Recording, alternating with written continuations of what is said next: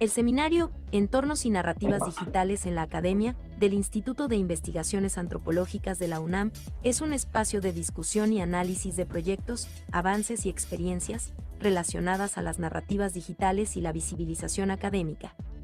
Un espacio de actualización y reflexión sobre el papel de las tecnologías en los procesos académicos de las sociedades y contextos actuales, en donde conviven especialistas de distintos países, dentro y fuera de la UNAM.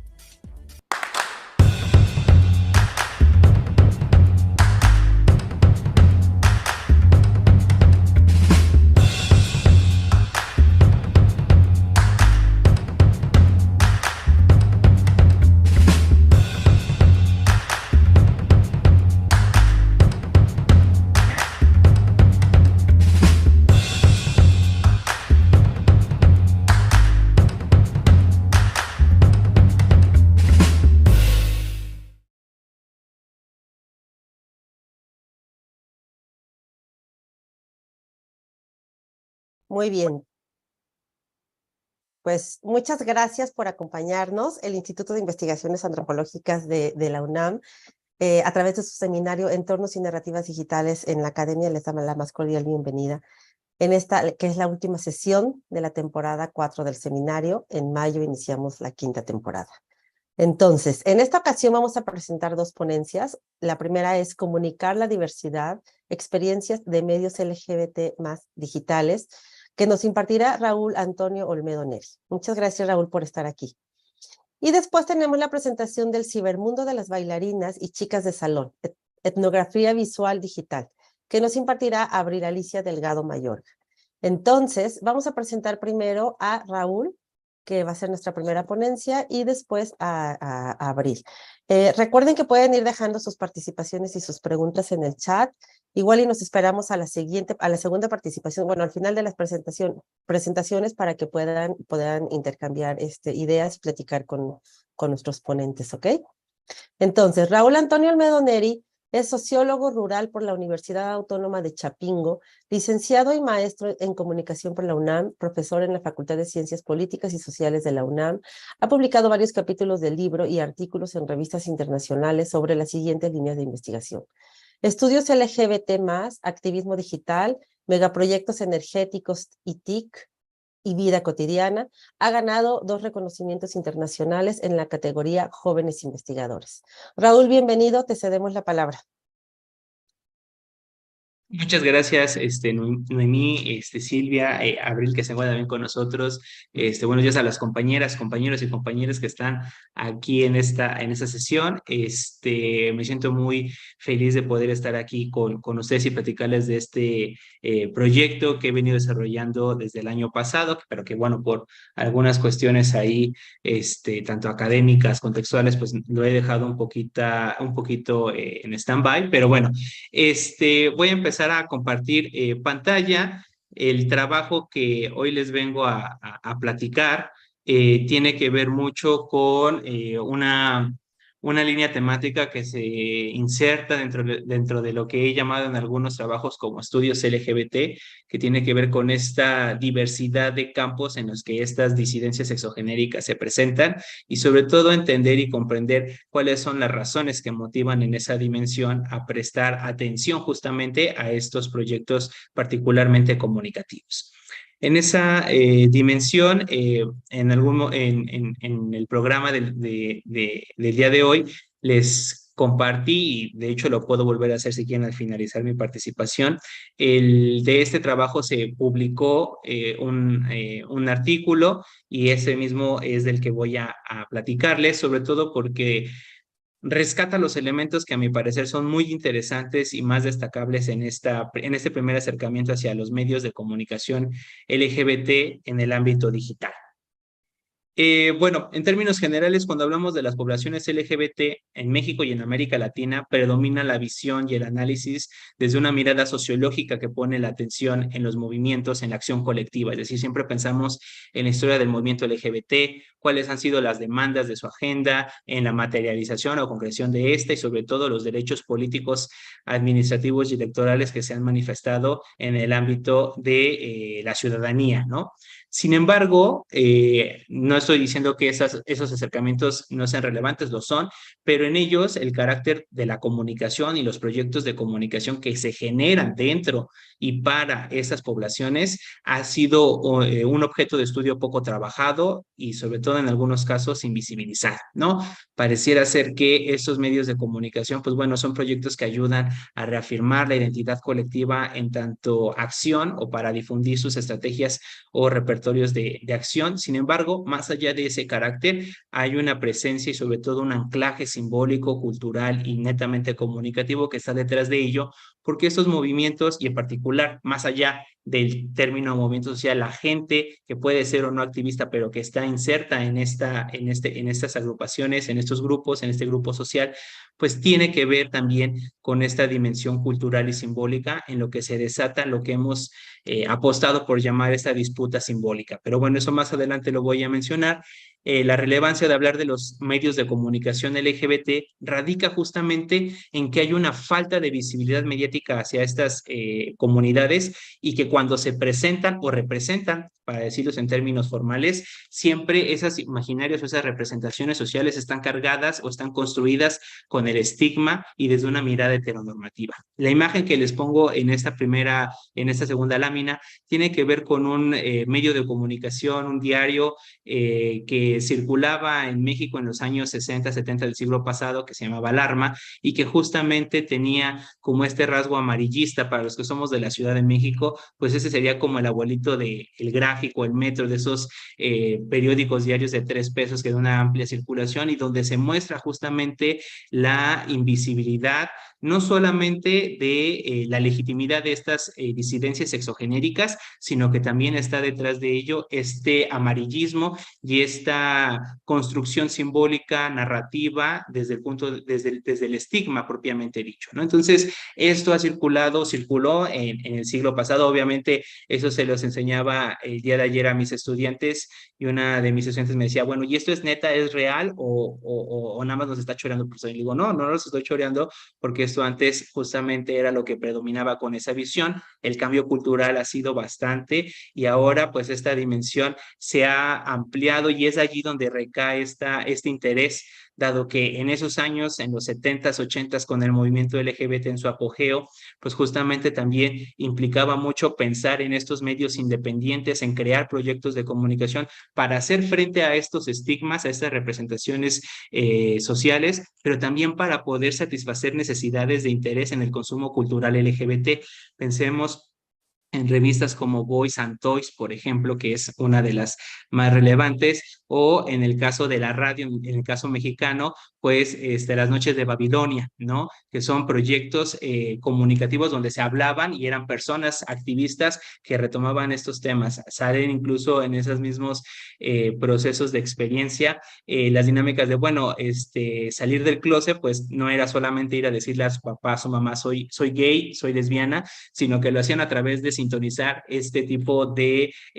programas, en su caso, consumir este tipo de productos comunicativos o proyectos que además tenían pues una duración relativa, ¿no? Y hasta cierto punto intermitente, porque implicaba ciertos costos y mantenimiento en términos de producción. Entonces, allí recae desde mi punto de vista el interés en pensar estos movimientos y ahora pensarlos y problematizarlos a través del espacio digital, sobre todo porque Internet se vuelve un lugar proclive para que esos proyectos no solamente tengan una mayor visibilidad, sino que también se mantengan en el tiempo, dado que requiere una baja inversión económica, tiene un alto alcance, un alto impacto y sobre todo hay una nula intervención estatal en términos de regulación que permite que se construyan estas otras narrativas, esta contrahegemonía en términos culturales para presentarse y representarse en ámbitos netamente mediáticos. Entonces, de allí surge, desde mi punto de vista, el interés por articular no solamente cómo se construyen estos proyectos, sino también cómo se articulan con los otros actores sociales del movimiento, o sea, con activistas, con organizaciones, con la gente de a pie, los aliados, etcétera, ¿no? Y sobre todo los impactos culturales y sociales que generan estos proyectos en los usuarios operadores LGBT, partiendo de que en Internet pues ya no hablamos solamente de audiencias, sino que hablamos de usuarios operadores que tienen una injerencia en los flujos de información y de comunicación. Desde un punto de vista teórico, pues insisto, partimos desde una visión netamente comunicativa, sobre todo porque pensamos que el proceso de generar esos proyectos de comunicación implica una apropiación tecnológica más profunda. Es decir, no solamente basta el poder saber o navegar en Internet, sino que crear un proyecto de esta naturaleza implica poder entrar a temas de comprar o gestionar dominios, los dominios para las páginas, establecer la interfaz y sobre todo diseñar el portal, ya sea de noticias, los perfiles en redes sociales o en este caso pues también programas radiofónicos o incluso hasta el propio streaming que podría mostrarse en esta dimensión que tiene un carácter netamente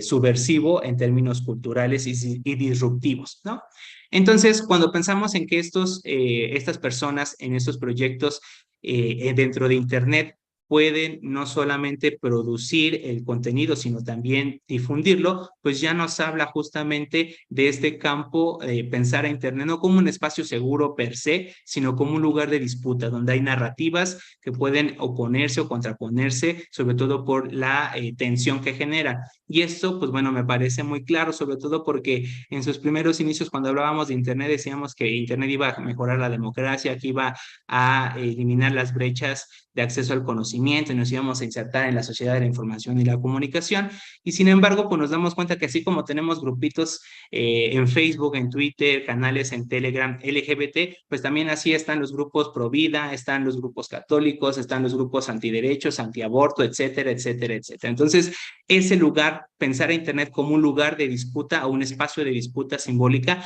me permite pensarlo también como un lugar que es habitado, que puede ser habitado no solamente por los contenidos, sino por las propias personas que interactúan y que diseñan esa interacción en el espacio digital. Entonces, ya desde algunos años en otros países, sobre todo en Estados Unidos y en Europa, se ha hablado de la importancia de Internet y particularmente las redes sociales para estas poblaciones, estas comunidades, y lo han caracterizado tanto de los LGBT Media Studies o los Media Safe Space, que tienen que ver con esas primeras aproximaciones. Sin embargo, me parece importante destacar en este carácter que el problema de estas dos problematizaciones, conceptualizaciones teóricas, pues tienen mucho también que ver con el lugar de enunciación del que parten, es decir, países ya céntricos, desarrollados, donde hay una clara legislación, una mayor trayectoria en términos de visibilidad y protección hacia estas poblaciones, que en el caso de México y América Latina, pues aún tenemos otras, vamos a decirlo así, tenemos otro lugar de enunciación, otras ontologías, una ontología propia, que es en términos generales diferente o sutil con sus particularidades que implican justamente que, bueno, para estas poblaciones, pues el espacio digital no se considera, insisto, como un lugar seguro per se. De hecho, en el trabajo desarrollado, pues partimos y se incita mucho a pensar que Internet se vuelve seguro siempre y cuando lo hagamos seguro, es decir, es a través de la capacidad de agencia del usuario operador para construir sus redes sociales, para establecer contacto con gente específica que está de la mano, que apoya o que legitima esas disidencias sexogenéricas y que va muy en el afán de construir y volver ese lugar seguro, ¿no? Esto me parece muy importante, además de que debemos de pensar que sobre este campo de ver la presentación o representación de las poblaciones LGBT, pues no solamente hay que pensarlas en ese ámbito simbólico, sino que también, al menos en el espacio digital, cobra mucha relevancia su posibilidad o su dimensión de producir, difundir y consumir ese contenido. Creo que esas tres variables, esos tres campos son importantes porque se realzan en la dimensión. No estoy indicando y no estoy yéndome a la idea de ser un prosumidor netamente, pero que redimensionan la capacidad de producir esos contenidos en el ámbito digital. Ahora bien, y esto me parece muy importante en la cuestión cultural y netamente comunicativa, es que justamente las narrativas que allí se presentan desmantelan el estigma, lo cuestionan y sobre todo crean contenido desde otras localidades, desde otras coordenadas, desde otras realidades que pueden ser muy útil, sobre todo para aquellas personas que dentro de sus espacios, vamos a decirlo así, no digitales, pues se encuentran en una latente estigma o en lugares hostiles que ante cualquier visibilidad de estas disidencias, pues terminan siendo objeto de castigo, de disciplinamiento, ¿no? Esos proyectos, desde mi punto de vista y a partir de lo que hemos encontrado, pues no solamente son literalmente medios de comunicación, sino que también amplían su función al campo de la cultura y la socialización de estas personas, de estas comunidades. El tema de hablar de estas representaciones, pues bueno, acá del lado derecho de la diapositiva, para los que son de México, pues tenemos desafortunadamente una larga trayectoria con el estigma y la creación de representaciones LGBT desde el punto de vista peyorativo, que siempre son la burla, ¿no? Y la importancia de estas referencias más allá de cómo se construyen es también los impactos en la socialización. Para quienes somos de la comunidad, siempre en algún momento nos han dicho, pues es que pues no se te nota que seas gay, ¿no? Pues bueno, que no se te nota pues es que no se te nota que seas lesbiana. Pues la idea de que no se te nota está anclada en los imaginarios y las representaciones que tenemos y en los antecedentes que tenemos sobre cómo pensar a esas comunidades. Y el problema radica que los medios de comunicación y las narrativas que allí se transforman, que se crean y se distribuyen, pues tienen injerencia en cómo pensar a esas disidencias, ¿no? Entonces, de allí la importancia de cómo pasar de lo que se hacían con esas representaciones en televisión, por ejemplo, a cómo pasar a incluso en la narrativa de presentar y representar a estas otras orientaciones sexuales, identidades de género, de fuera del estigma, desde fuera, desde la mirada heteronormativa, como es el caso, por ejemplo, de estas podcasts, entrevistas que hacen ahora en Internet por medios como Escándala, Soy Homosensual, etcétera, ¿no? En términos generales, el tema es que los medios de comunicación LGBT digitales también son muy poco analizados, de hecho, y a pesar de ello, hay bastantes ejercicios en México y en América Latina, ya mencioné algunos como Escándala, Soy Homosensual, ¿no? Y en este caso, pues yo lo que hice en este primer acercamiento de carácter exploratorio fue justamente entrevistar a los cofundadores de tres medios, tres programas, por así decirlo. Uno que es un programa radiofónico que está, que es patrocinado o desarrollado por el IMER, y dos páginas de noticias digitales, que es Seis Franjas y Anodis, ¿no? Aquí los resultados y los temas que yo quiero tratar con ustedes están relacionados a los sitios de noticias, porque pues bueno, hay una afinidad estructural en términos de cuál es su contenido que desarrollan y sobre todo las implicaciones de ese proyecto dentro de su propia historia, ¿no? Esas entrevistas pues fueron desarrolladas a través de Zoom, se les pidió el consentimiento para poder grabar las entrevistas y pues bueno, fueron tres grandes áreas las que trabajamos en estas entrevistas, que es la historia del medio, la producción de información y su relación con las redes sociales o las plataformas sociodigitales. De manera breve, les comento que Anodis, o la Agencia de Noticias sobre Diversidad Sexual, es uno de los primeros medios de comunicación digital LGBT en México. Este proyecto inició alrededor del 2002, 2003, mientras que Seis Franjas pues ya es un proyecto de noticias que es más reciente, tendrá 2, 3 años, más bien 4 años, y me parece también importante destacar esta parte temporal porque la riqueza de sus experiencias nos permite ver tanto los avances, pero también como los retos que aún se presentan en el ámbito de la información para estas comunidades LGBT, al menos en el caso mexicano. En el caso de la historia del medio,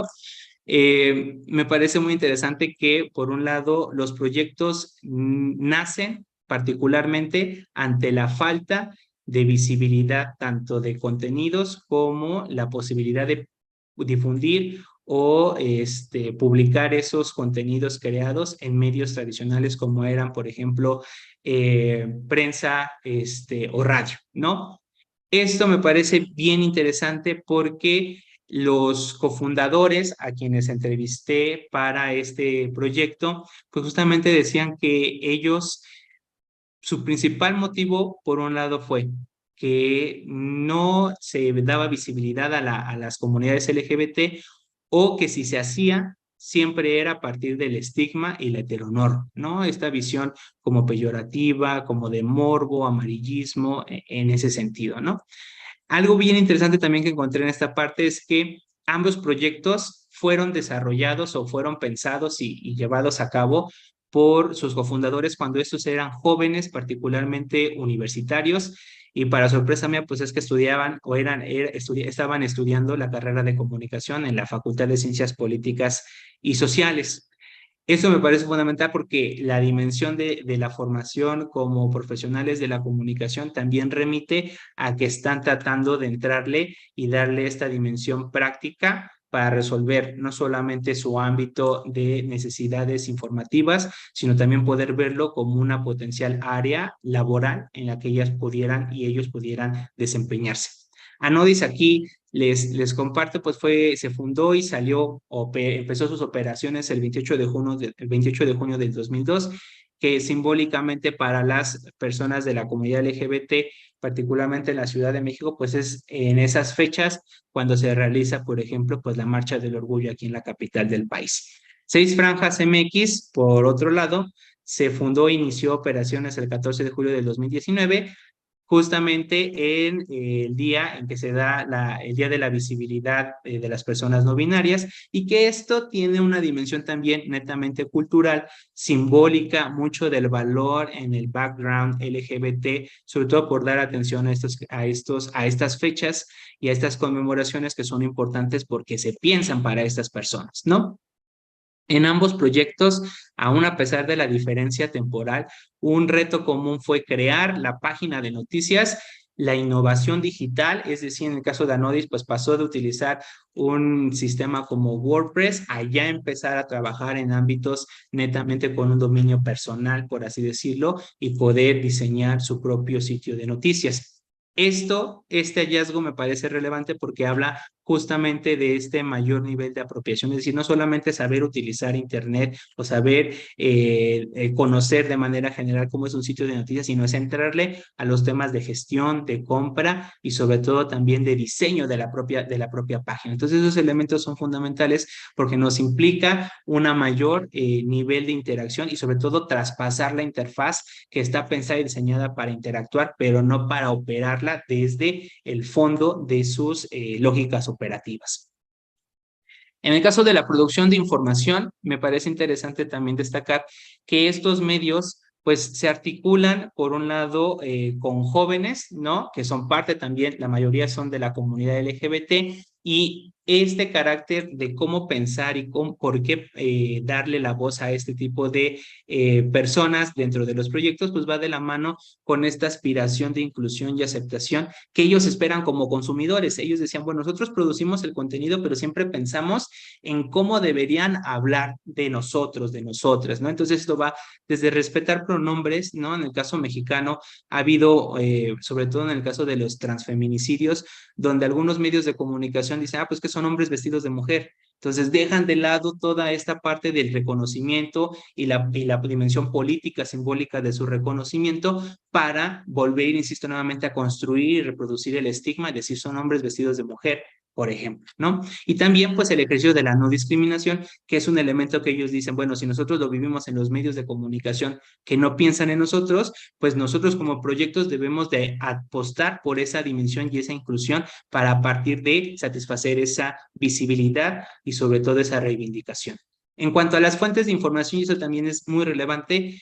ambos medios mencionaron que trabajan con activistas, con organizaciones LGBT, con promotores culturales e instituciones que tienen relación con esas poblaciones. desde grupos de WhatsApp donde dicen, oigan, los activistas mandan mensajes al WhatsApp y dicen, oigan, voy a hacer esto, podrían difundir esta acción, vamos a hacer un taller, vamos a mostrar una exposición de fotografías LGBT, etcétera. Pues bueno, los medios están ahí incluidos estos proyectos y ellos amplifican las acciones y los repertorios de acción de estos activistas y de estas organizaciones. Entonces, todo esto me parece muy interesante porque además ellos mencionaban, por ejemplo, que bueno, ellos reconocen a Escándala, a Soy Homosensual, a Nodis, a Seis Franjas MX, pero no se ven como competencia. De hecho, cada uno de los medios va especializándose en un sector informativo particular, entretenimiento, noticias de política, de salud, consumos culturales, etcétera. ¿Para qué? Para trabajar incluso de manera conjunta. A Nodis, aquí no lo puse, pero él, por ejemplo, está desarrollando colaboraciones con Escándala, Soy Homosensual y con otras redes y organizaciones con la finalidad de poder no pelearse como los medios tradicionales por las audiencias y por la atención, sino para satisfacer y enfocarse en un cierto tipo de información y contenido que es de interés para estas comunidades, ¿no? En el caso de, aquí les traigo una breve parte, fragmento de la entrevista que le hice a la cofundadora de Seis Franjas, que menciona la importancia de por qué es relevante para ellos que quienes escriban estos contenidos pues sean parte de la comunidad, porque la intención ahí no va solamente en el ámbito de representatividad, sino de reivindicación en la forma de narrar y construir esos contenidos contrahegemónicos, que es donde se crea esta disputa en vamos a poner sobre todo la representación y lo que yo pienso de mí para mí, ¿no? En el ámbito de las plataformas, me parece fundamental esta dimensión. Como yo les decía, Anodis en 2005 o 2002, pues no estaba tan, bueno, de hecho no estaba tan, ni siquiera estaban como a la vista las redes sociales como hoy conocemos Facebook, Twitter, etcétera. Y esto, aunque pareciera ser un desfase tecnológico, no implica el cambio y la importancia tan relevante que yo encontré con este acercamiento. En el caso de Anodis, no tenían tal vez redes sociales en 2005, pues tenían un correo donde, bueno, que derivaba de un proyecto justamente de una campaña para fomentar, incrementar pues la visibilidad de hacerse estudios para detectar temas de VIH-Sida. Y este fragmento me parece muy importante porque muestra cómo el Internet, la Internet y los espacios, las plataformas, sobre todo los canales que ofrecemos a través de este espacio, son puntos de fuga para poder hablar de temas que no están relacionados netamente al objetivo, en este caso temas de salud y, bueno, salud y salud mental particularmente, sino para tratar temas vinculados a la dimensión sexoidentitaria de su disidencia, ¿no? Desde mandar un correo para pedir, para saber o para platicar sobre que quieren salir del closet porque se sienten deprimidos, porque quieren decirle a un amigo pero no tienen la confianza, son elementos que nos muestran cómo estas dimensiones digitales operan como espacios de fuga para poder encontrarse con otros y poder hablar de temas que solamente pueden ser entendidos en una dimensión ontológica por aquellos que son parte de esas disidencias. Esta dimensión, insisto, es muy relevante porque en el caso de Seis Franjas MX, que podríamos decir 2005 a 2019, 2020, estamos hablando de 15 años, y sin embargo, aquí el tema es que sigue habiendo esta dimensión, esta necesidad de los usuarios por preguntar y sobre todo por tener la confianza para recibir orientación de estos medios. Y es allí donde estos proyectos pues no solamente se enfocan en el ámbito de producir contenido, sino que también van de la mano con esta ampliación al ámbito de la cultura y la socialización para poder ofrecer espacios y sobre todo canalizar las ayudas que ellos conocen a través de su red de contactos que les ofrecen contenido con este carácter. Aquí, por ejemplo, esta dimensión de que, bueno, que el 90 y tantos % los buscan o les escriben por vía mensaje en redes para decirles o preguntarles sobre alguna asociación o algún experto que les pueda orientar sobre diferentes temas de salud, de reconocimiento, de identidad y cuestiones emocionales, pues nos habla de que aún a pesar de 15 años que parece que ha cambiado bastante, pues aún tenemos estos retos en términos culturales que motivan a que esos espacios sigan siendo lugares de reapropiación y de resignificar la dimensión LGBT y encontrarse con otros, que es lo fundamental en este carácter, ¿no? Entonces, En este ámbito, pues bueno, la dimensión que tienen aquí tampoco los exenta de problemas. En el caso de Seis Franjas, como ya se maneja de manera netamente en redes sociales, uno de los temas que he dicho, bueno, han recibido mensajes de odio, discursos,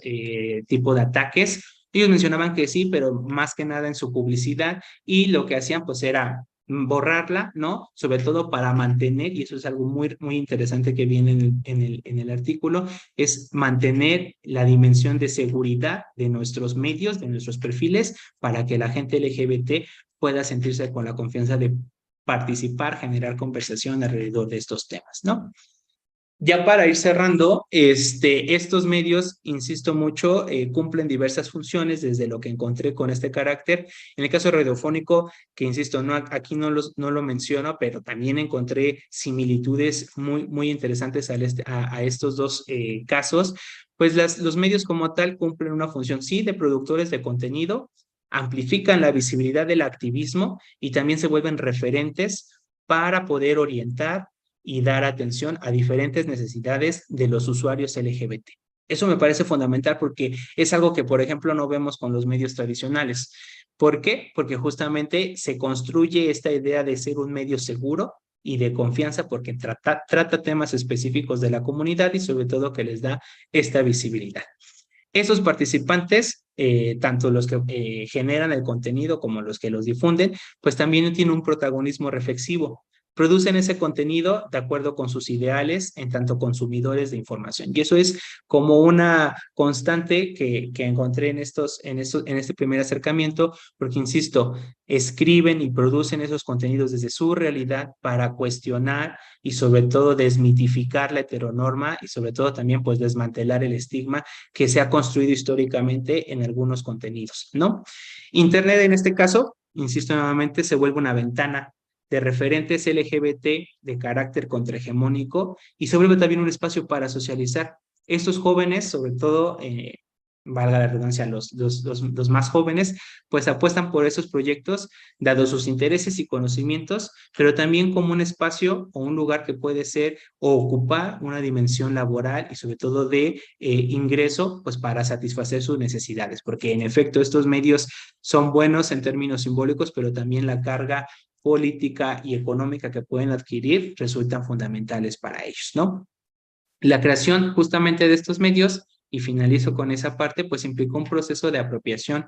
más profundo del que nosotros como usuarios podemos desarrollar, sobre todo para entender y comprender qué es Internet, más allá de las interfaces que ya nos otorga el espacio digital. Y pues bueno, esta dimensión, insisto,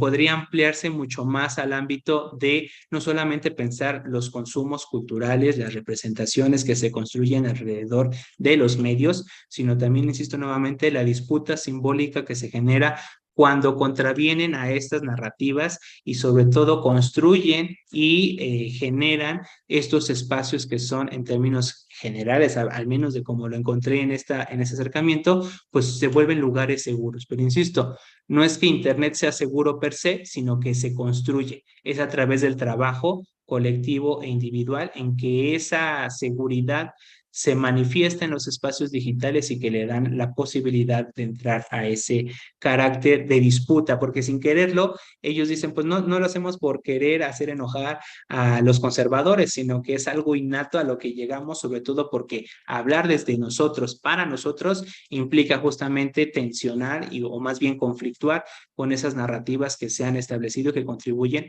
pues a su opresión en la vida cotidiana, ¿no? Eso sería como lo que yo les quería compartir el día de hoy. Espero no haberme tardado más del tiempo y pues bueno, les agradezco ahorita, si me permiten ahí en el chat, les puedo compartir el texto para que aquellas personas que están interesadas o interesados o interesadas pues lo puedan consultar. Muchas gracias.